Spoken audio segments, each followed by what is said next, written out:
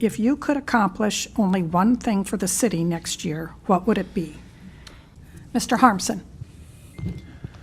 If you had asked me this question a year ago, I would have had a very different answer because we were in a very different country in a very different place. But if I had to pick my one wish that I could accomplish, and that is to keep our city together and to keep us working together and bring people together, even if we have our differences right now or we have differences of ways to want to do things, pulling us together so that we get to keep our democracy and get to keep voting for things like city council and the state legislature and federal offices.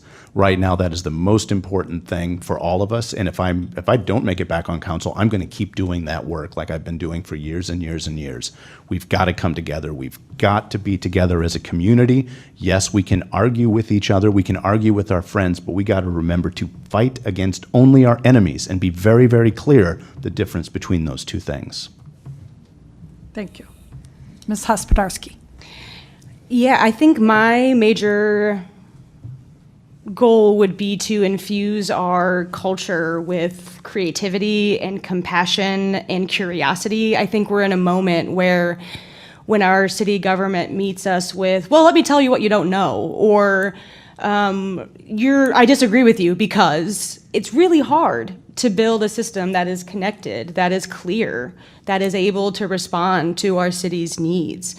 And so if we're talking about what's the major thing that I want to tackle, that's it. It's creating a culture where people feel welcomed into communication, where they know what's happening, where they're part of the decision making, not because they showed up to talk to us, but because we went and talked to them or we invited them here, right? So I think a shift in the culture, instead of a fight, being more collaborative, finding ways to move forward, especially in the midst of feeling like we're stuck.